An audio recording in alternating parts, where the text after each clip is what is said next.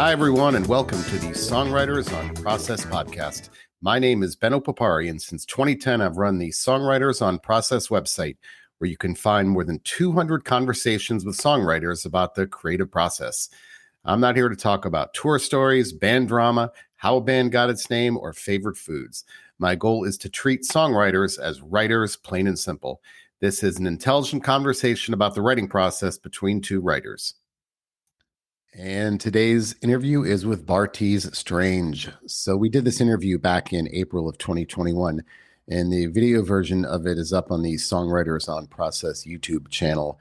And you really should watch it as well as listen to this podcast version, because I think he was in his studio when we did this, and he is just surrounded by things related to music. I mean, sometimes I do these interviews and people are in their living rooms or kitchens or bedrooms or wherever outside, and that's fine.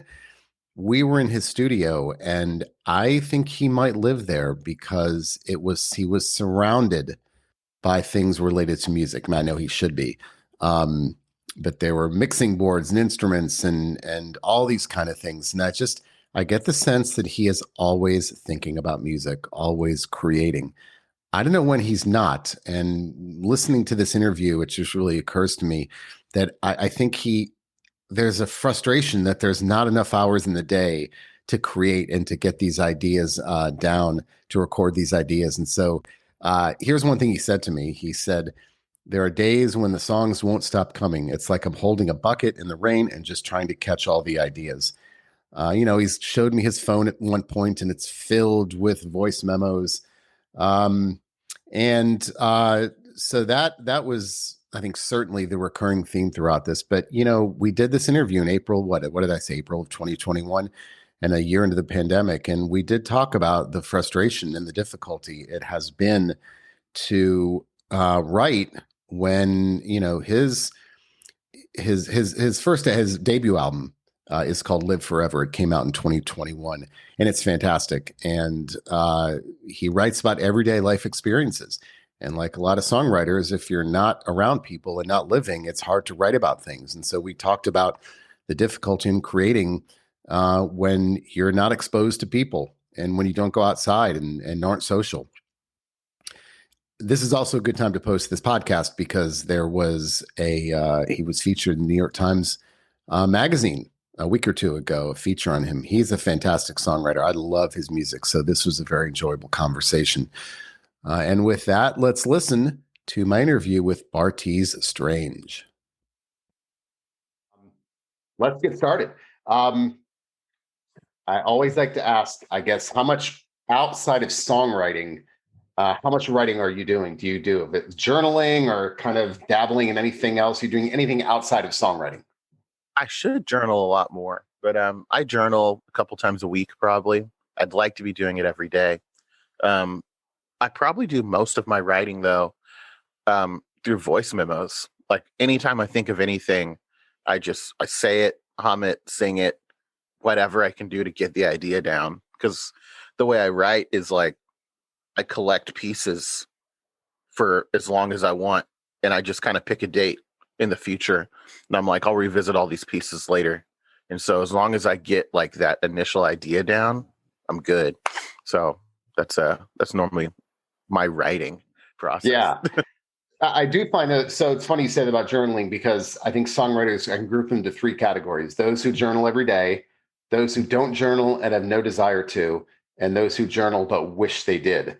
So it sounds like you're in that last category. So do you, I guess, do you, I guess, but you sound like you do a little bit of it or not at all. Yeah. A little bit. Does that ever make its way into your songs at all? Do you ever go back to those, mine them for song ideas? Rarely. Really? Yeah. But it's like it's coming from a different place. When I journal, it's like a stress reliever in a way. It's like I wake up in the morning, I have too much on my plate. I need to just like get it down, like write down the list or whatever, which is like a very different space from how I write music. So it's pretty rare that like journal entries will make it into a song, unless it's like a big thought or I'm writing a song in my journal. Yeah. So you mentioned the voice memo. So I interviewed Brian Fallon a couple of months ago, and he told me And I think I'm going to quote him almost directly. He said, if any songwriter ever tells you that they go back to those voice memos, they're lying. He said, I have hundreds of those. I haven't gone back to them in years, but it sounds like that is an absolutely deliberate part of your process to go back. Oh yeah, I live off those voice memos. It's like it's everything. If I lost my voice memos, I'd be in trouble. Like I think it's perfect. I'm like, it goes straight to the cloud. It's backed up. Like if I lose my journal, I'll be like Bono. When Bono lost his note, lost his lyrics. Like Right, right, right. So do you organize those at all? I mean, are they done? Because I've heard this from other songwriters and they organize those ideas like thematically. Do you organize them at all? Or do you just so when you go back, you literally just go back and look for ideas? I show you what it looks like if you can see it. It's just dozens, So that and they're not organized at all. yeah. So how do you know what to go back to though? I just listen to them all. Okay. Yeah, I'll listen to I'll pick a date, like I said, and I normally only use it if I have an idea. Yeah. So I just start from the top and just start going down. I mean, I've got the dates and I can see where I was when I made the idea. And most of the times the idea is like 15, 20 seconds. So it's pretty easy to just like listen to 15 of them or so and be like, oh, that one's good. Let's dig in on that and just go Mhm. for it. So are those melodies or lyrics? What are they? Both. It could be a drum beat, a melody, a guitar lick, lyrics, a harmony idea, anything, as long as I get it. Do you ever think about where you are when these things come to you? Are you in a certain place sometimes, or they just kind of is it all the time? It's all the time, which is, I don't know, my relationship with music is kind of weird because of that. Like, I feel like, I mean, if I were like a religious person, I would be like, God is just throwing songs down because I don't feel like I'm smart enough or like amazing enough to just make it up. Like they just come. Like there are days when like the songs just come and I just gotta I'm like with a bucket in the rain, like just trying to catch all the ideas. And then I look at the bucket and I'm like, thanks God. I've got enough here. I can write with this. Like that's like how I feel every time I write. And it hits me anytime, like airport, grocery store, in the car, writing in something, sitting in my basement, whatever, I'm always kind of thinking about it. So it can happen anytime. So I guess with that writing, um, over the past year, especially, I think there seems to be this, and I've asked every songwriter this for the past year, this idea, I think, with some people that this is a great time for songwriters. You're not touring, you have a lot of time on your hands. And I'm reminded there was an article a few months ago in the Washington Post by the theater critic Peter Marks, and he talks about how Shakespeare wrote King Lear during the plague, and he was excited to see what's going to come from all of this. But that's not the case. I think most songwriters have told me that this is a difficult time to write. Some of them said, they wrote for a month and then stopped cold. It was just difficult. So I guess broadly, is it difficult for you to write, not necessarily in the past year, but it's difficult for you to write during periods of heavy emotional weight? Or is that a time when you thrive? Well, I can write during a time of emotional weight, but I can't write about the weight. Like I can't write about what I'm experiencing. I feel like I need like time to go through it and to get on the other end of it to write about it. So like with the pandemic, I was able to write a good chunk of music over the last year and I worked on a bunch of records producing, but Mhm. I wasn't really writing about what was going on right now. I feel like I'm finally getting to the point where I can start thinking through what I was thinking about like last year around this time. And I've got a lot of voice memos from, March and April going into the pandemic that I'm looking at now. And I'm like, oh, like I have some perspective on that now. Like, I feel like I can comment on that.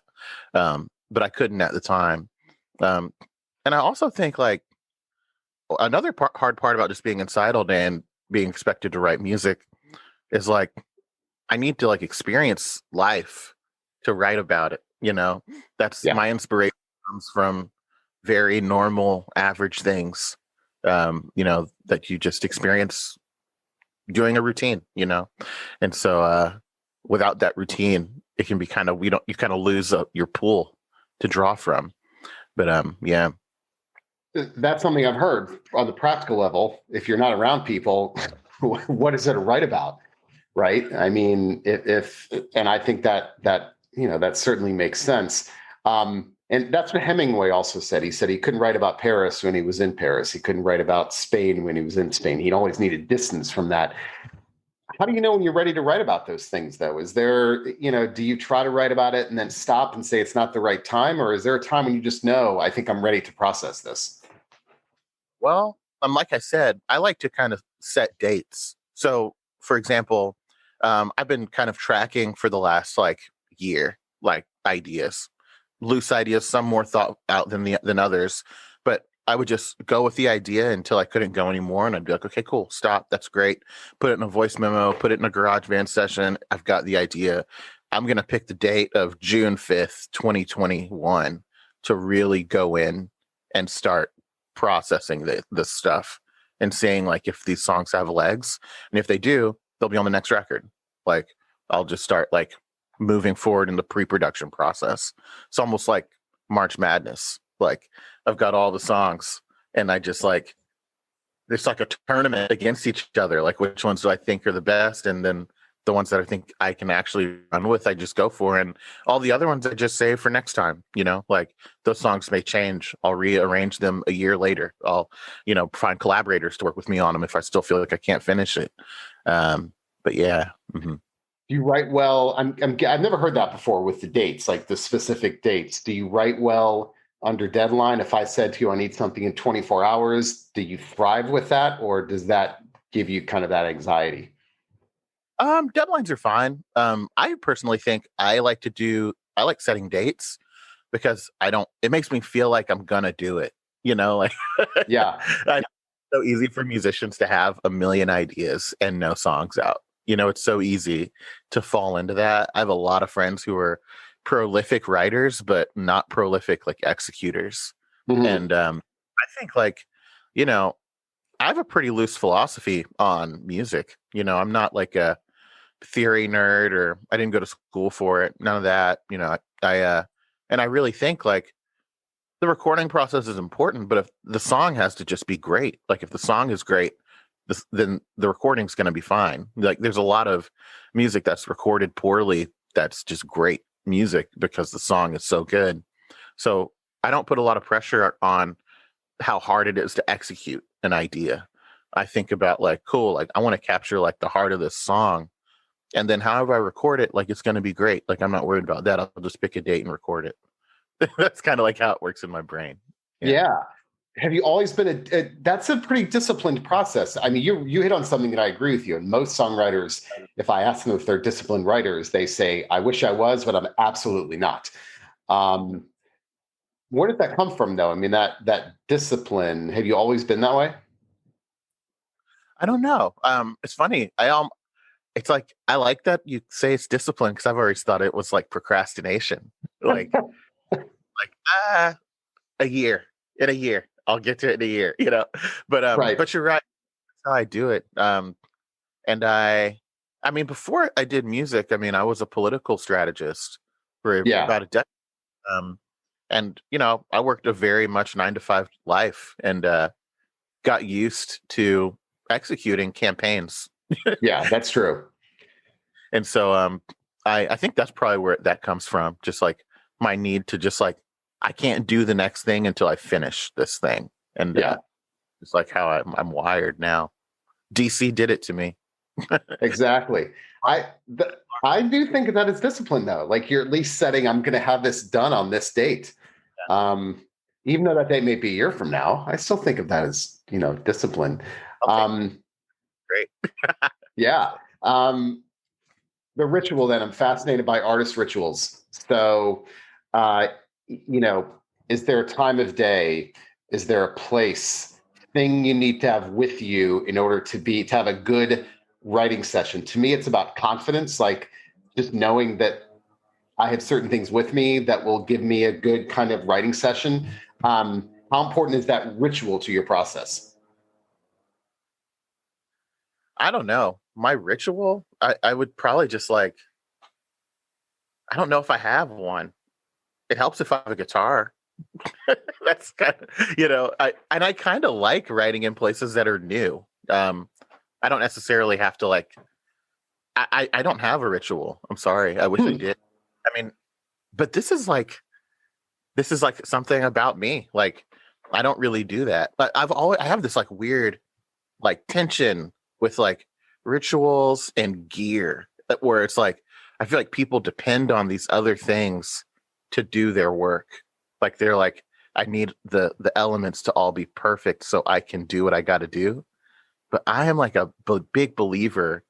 Well, I guess a self believer, where I say I don't need any of this to do what I do. Like, Right. I write a great song with nothing in the room, and that's how I like to feel. I like to think that I can do that, and so I'll write a song in a bus.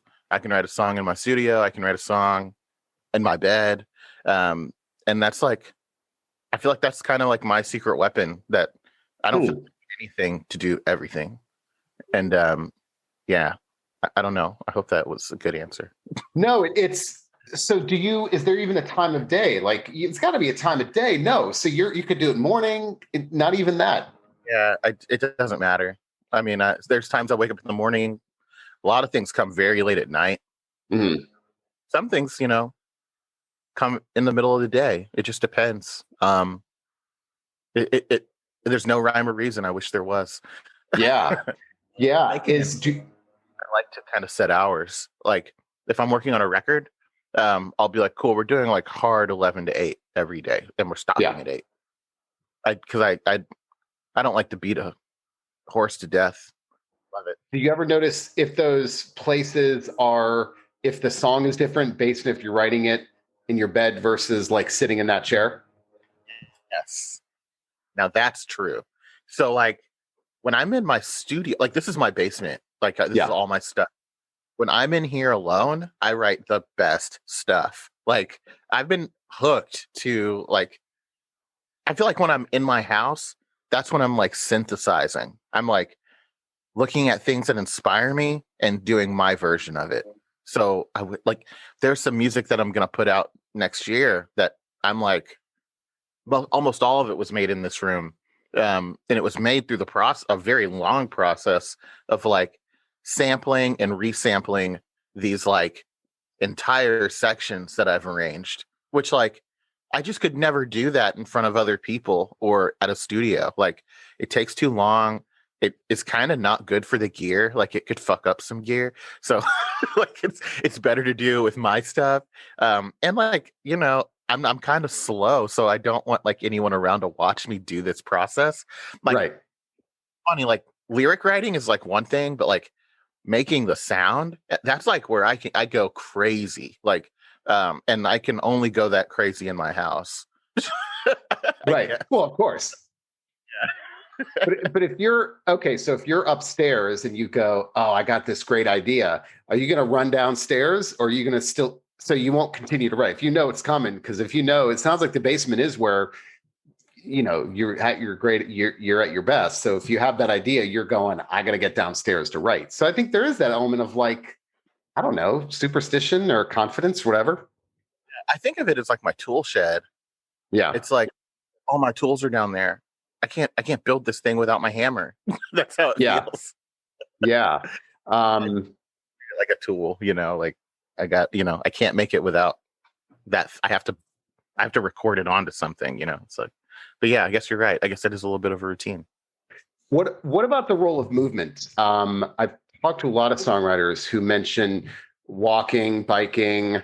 I interviewed Stone Gossard from Pearl Jam a couple months ago. He has this whole really interesting theory about bipedal movement, literally the swinging of the limbs creates melodies for him, and he gets so many ideas when he's walking because of the swinging of the limbs actually creates some kind of rhythm. I've heard swimming is a big thing. Does the role of movement ever play a factor in your process at all? Like maybe have ideas come to you when you're moving or something like that? I was actually going to say stillness. Oh, Like really? I've got like a park behind my house with a bench, and there's nothing more for me. when I can write the best, it comes from clarity. Like I have to empty my brain and I have to focus on what I'm doing fully. It's hard for me to do it while I'm worried about like my taxes or like some email or whatever. So Yeah. or if I'm washing the dishes, like doing Mm. something that kind of menial, but I have to like do it, and you can't do anything else while you're doing it. Mowing the lawn, Yeah. um, things like that, sweeping, that kind of stuff helps me think about music because I'm finally can only do one thing with my mind and my body. And I feel like that clears the room for other things, I don't know. But yeah, I guess it kind of tracks with like the moving the limbs, like if I'm sweeping and doing dishes, but I like to think of it as like stillness. Like I Yeah. finally like some clarity or some clearness in my mind. That's where I can write the best. You mentioned the mowing, and I've heard gardening comes up a lot. The gardening, whether it's just the menial, I think you mentioned that, the menial task of it, but gardening, I've heard that a lot too. So that comes up. But also how much of that is maybe boredom, right? I mean, is boredom a necessary element? You call it stillness, but I've heard people say, and I think Scott Adams, the creative Dilbert, he wrote this column like 10 years ago in the Wall Street Journal about how boredom is a necessary element of the creative process. That article, I've read it before. Yes. Oh, yeah. Oh, you have? Oh, excellent. Finally, someone's read it. I've mentioned it a million times. No one's ever read it before. Excellent.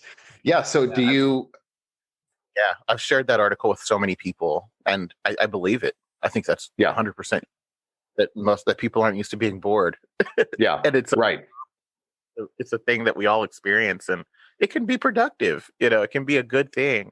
Um, but yeah, I feel like a lot of my ideas come when things are still, and I'm sitting with myself, like I'm feeling what I'm feeling. I'm able to kind of let my mind just run. Um, and then I can find things that I normally wouldn't be able to, I think. Yeah. Yeah. You mentioned the dishes. I've heard cooking too sometimes. People get ideas. Um, with your lyrics, are you a pen and paper person or a computer person? Oh, I wish I was a computer person, but I'm a pen and paper person. Like, Okay. I was on the computer more just because it's easier to organize, and I lose shit all the time. So I've been trying to be better about like getting everything to my notes app at least like once a week. Like, go through the journal, just like even if you're just taking a picture of the page, put it in, like just so I have it in more than one place because it scares me to lose those things. But yeah. So this is the next question. I could do probably a website dedicated just to the pens and pencils and papers that songwriters tend to use. People are enormously loyal to brands, color of ink, or even type of pen and type of paper. So do you have any loyalty at all to those things? I don't actually. I Oh, kind of take whatever's around. This probably tracks, right? Um, yeah, right. I don't. Yeah, no. I just like no. I there was a year when it was sticky notes. Oh my god, I've what a heard that. yes. There was like 2 years. It was sticky notes. There were sticky notes everywhere, like all over my room, all like on the monitors, on my windows, on like my soundproofing materials, everywhere. I mean, that was how I was organizing everything. And then eventually I moved. I got like a moleskin, which is cool. I probably use that one the most because I see it the most, and I can just grab it at a bookstore. I probably grab one every time I see one, almost. Yeah. So yeah, I have like a stack of them, so I always have some at the house. So yeah, but on pens, whatever. I don't know. I've got a Sharpie today. This will work. Okay. But I've heard with the pen and paper thing, though, it can be an advantage because the stuff is always there. I mean, you know, songwriters who tell me they work on a computer, you delete those lyrics, they're gone, and who knows if you need them again. So at least you've got that with pen and paper, things are already memorialized, right? Yeah, and it's slower, so Yeah. it's good. Like I can. I don't know what it is about writing it, but when I'm writing it on paper, I feel more thoughtful. When I'm writing it on a computer, Hmm. I'm just trying to catch something. I'm like, don't forget, da da da da, da boom boom. Hmm. But on my pen and paper, I'm like, what am I actually doing? Like, this is what I want this to say. Like, I can think deeper there. Yeah. And I feel the same way. My handwriting's atrocious, and I feel like I don't use a pen and paper as much anymore, so my handwriting is suffering. But that deliberate, and it's so there was. I remember there was. I was at the Rock and Roll Hall of Fame a couple of years ago, and it was I think the year that NWA got inducted, whatever that was, and they had a display of their handwritten lyrics on from one of the songs I forgot, in this case, and it was next to they had NWA next to Chicago, the 70s era band. And it was like the lyrics to some simple Chicago song, one of those 70s ballads. And it was like, 4 or 5 words on a line. Then it was the NWA lyric. And it was unbelievable, that sheet, because it was like when they got to the end of the line, the words were getting smaller and smaller so they could fit that word in there. And there were so many crossouts. And it was fascinating to see how they tried like 4 or 5 different words on a line to make sure they fit. But I felt like it was such an alive process, and you actually saw them thinking through it. And I think it would be helpful, like as a songwriter, if you go back to those things, right? Yes. Um, I'm excited to write this next album because I feel like I'm going to be writing a lot more on paper than I did on the last one. Lyrics are also always the very last thing I do. Yeah, I was going to ask you that. Yeah, like I spend so much time on arrangement and sounds. I have such a deep connection to sound. Yeah. And I'm trying to find a way, when I think about a song and I think about what the hook is, I'm like, the hook can just be the tone of the guitars, like I pretty philosophical in many directions on like with an arrangement. And so by the time I get to the lyrics, oftentimes I'm just like freestyling every time I sing the song until we're recording it. And then I'm like capturing every little thing I liked from my freestyles, like in sessions or on paper or in my notes app. And then I just like amalgamate, I start editing, like I trim the fat. I find the phrases I think work best together. I make sure it's in line with like the tone of the piece. Oftentimes, like my music, bits and pieces of songs match up to bits and pieces of other songs. And Yeah. it's fine with me because like I look at the song as like an emotion. I'm like, what am I trying to express here? Cool. The lyrics don't have to be on the head for that. Like I can just write something a little more loose, but it's beautiful and it sounds good and it was fun to say back, So oh my God, like lyrics stress me out because of that, because it can go so many directions. But I literally will like be writing my lyrics up until the last take that I do. Oh, on really? that song. So it's safe to say you've never written the lyrics first, any song. And the lyric never come first. Never. I can't wait till I do, though. I feel like that's going to be a big moment, but I haven't done that yet. Mm-mm. Yeah, is that if there's one thing you'd like to improve upon as a songwriter, one part you wish you were more efficient or effective at, what would it be? Is that lyric writing? It would be lyrics. And it's so weird because people always tell me that I write great lyrics. And I'm like, yeah, you do. I'm like, yo, thank you. I appreciate it. But those are definitely the things that I probably am working on them the longest because every time I sing a song, I sing it differently. I try a new thing. And then, like I said, at the very last minute, I look at everything and I say, you're in, you're out, you're in, you're out, you're in, you're out. With words, like specific words, I was going to ask you about your revision process, but I think you covered it. So when you're revising lyrics, are you switching words out or tossing entire lines or what? I go melody first. So I'm like, okay, cool. Like, what vowels do I want in the melody? Oh, yeah. Like, do these vowels work? Like, are they actually like, if I was singing this song back, would I be able to? Like, I look at like the consonants, like how are the S's and the T's running into each other? Like, maybe we have a different word there because I feel like it's kind of crunchy. Those words aren't very musical, So I go that deep. And then it goes to, okay, what am I actually saying? Like, what's the message of the lyric with the arrangement? Does it get that arrangement across? Like, does it help? Does it push the song forward? And I think it's kind of fun to write the lyrics last because by then I have the whole sonic vision, like expressed. Yeah. And then I could be like, is this helping or hurting? Like a doctor, like first move, like do no harm, right? Like, it's like I'm only writing things that are going to push the song more. Okay, let's end with this. I find that songwriters are voracious readers. How much reading do you get to do? Who do you like to read? So this is like one of my biggest challenges. Up until October, I was working all the time and doing music as often as I could. Then October came and I started producing full time and working on music when I could. And then like I hit January and I was like, oh shit, like I need a hobby. Like I don't music is like all I'm doing and I have nothing else to do. Like maybe I'll start reading again.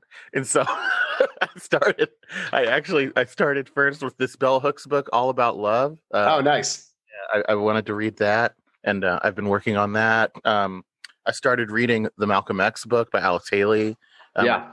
Dad gifted it to me. I've wanted to read that for a long time, and I've just been chipping away at those really for like 2 months. And so, but yeah, I'm kind of excited to become a reader again because I love reading. And up until I started working so much, I read pretty often. So I'm excited to get back into it.